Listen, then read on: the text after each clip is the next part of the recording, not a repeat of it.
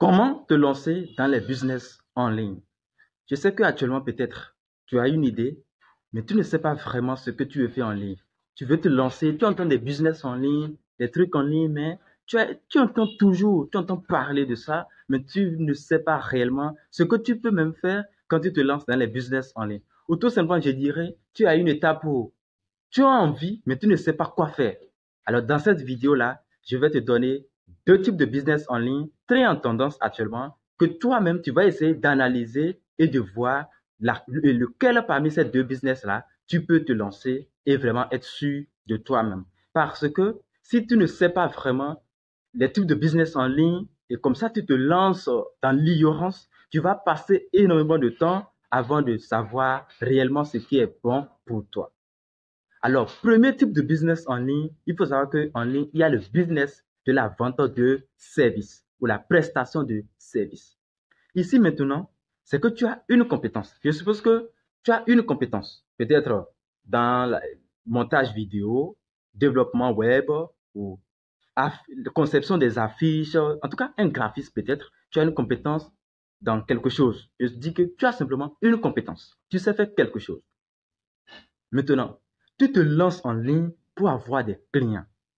Tu te lances en ligne pour avoir des clients et les prester ton service.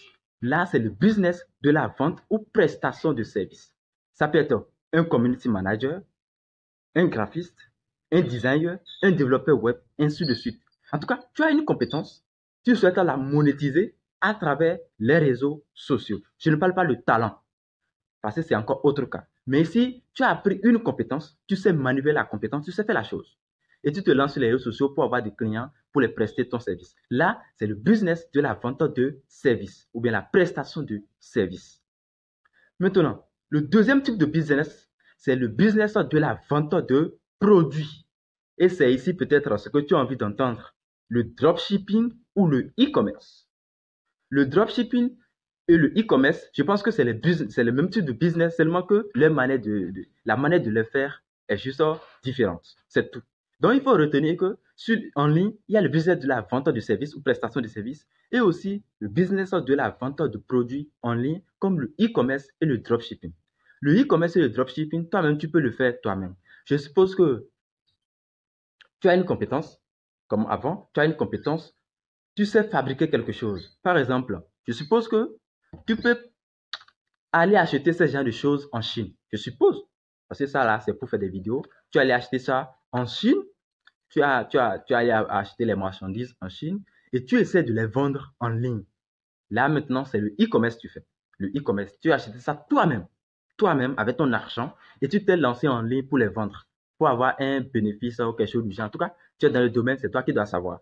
Si tu te lances en ligne pour les vendre, ça veut dire que tu fais le e-commerce. Mais lorsque tu vas sur Alibaba ou une plateforme où on a des fournisseurs, c'est que dans ce cas, tu n'as pas d'argent toi-même pour aller acheter ces genres de choses-là. Tu trouves quelqu'un qui a le produit que tu veux vendre en ligne. Tu négocies avec lui. Si la personne dit que je vends mes produits là, c'est à 5 000 francs. Et toi, tu as un accord avec lui et tu lui dis d'accord, il n'y a pas de souci. Je vais essayer de t'aider à les vendre en ligne. Et là, tu viens en ligne, tu les poses, tu dis à 10 000 francs. Tu dis à 10 000 francs et tu arrives à faire une vente. Tu sais que bon, brut, tu as un bénéfice de 5 000. De manière nette, je ne sais pas, parce que ça dépend. Tu vas essayer d'enlever l'argent du marketing, tout ce que tu as fait avant de faire cette vente-là. Donc, là, tu fais du dropshipping parce que tu n'as pas d'argent, mais tu prends le produit de quelqu'un d'autre, tu l'aides à vendre et tu as des bénéfices sur ça. Là, on parle du dropshipping. Mais lorsque tu as d'argent toi-même, tu payes et c'est toi-même qui essaie de te lancer en ligne pour les vendre. Là, on parle de e-commerce. Mais lorsque tu as une compétence, je suppose que tu as suivi une compétence en community management, la gestion des comptes sur les réseaux sociaux. Ça peut être pour les marques, des entreprises ou quelque chose du genre. Lorsque tu as appris cela et tu as des compétences en ça et tu te lances, tu trouves des clients et tu te lances en ligne pour trouver des clients, là tu es dans le business de la prestation vente de services. Maintenant, il y a aussi, dans ce business-là, il y a plusieurs en fait. Parce que business de la vente ou la prestation de services, il y a beaucoup de trucs dedans. Il y a du consulting. Là aussi, tu as forcément une compétence et tu aides les autres à identifier les problèmes liés à leur entreprise et tu les proposes des solutions. Là, on appelle ça consultation. Là aussi, c'est une compétence. C'est comme si tu as une compétence en community management, par exemple, et une entreprise sur les médias sociaux a des problèmes à s'en sortir, à gagner en visibilité, à faire truc, et tu les consultes. Tu essaies d'identifier leurs problèmes pour dire, ah, sur Facebook, là, ces gens de posts ne marchent pas. Vos approches ne marchent pas ici. Là, on parle du consulting. Là, c'est la consultation. C'est toujours la vente ou prestation de services. Tu vois? Donc, c'est un peu ça. Donc, pour te lancer en ligne, il faut identifier ces deux choses-là. Il y a business de la vente de produits et business de la vente ou prestation de services. Dans la vente de produits, tu vends des trucs comme ça en ligne, des produits en ligne. Maintenant, dans la prestation de services, tu as une compétence et tu essaies d'acquérir des clients ou bien tu prestes tes services en ligne autour des marques ou des personnes, tout ce que tu veux là.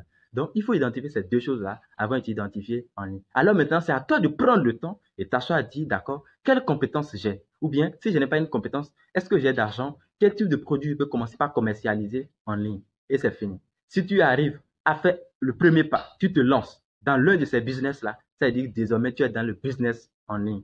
Tu peux être freelance aussi, parce que freelance, c'est avoir une compétence et travailler de façon indépendante. Personne, tu n'es sous personne. Tu travailles, tu fais tous tes efforts toi-même pour avoir des clients et tu les satisfais toi-même. À moins que, bon, si tu veux, tu peux avoir des associés, des collaborateurs entre vous, les freelances, et ainsi de suite. Donc, c'est un peu ça. J'espère que tu as compris quelque chose dans la vidéo. Merci beaucoup à toi. Si c'est vraiment la première fois que tu suis ma vidéo, s'il te plaît, abonne-toi, partage la vidéo et surtout, laisse-moi un like. Moi, on m'appelle Judy. Et toi, dis-moi ton nom dans les commentaires et ensemble, on évolue. Merci.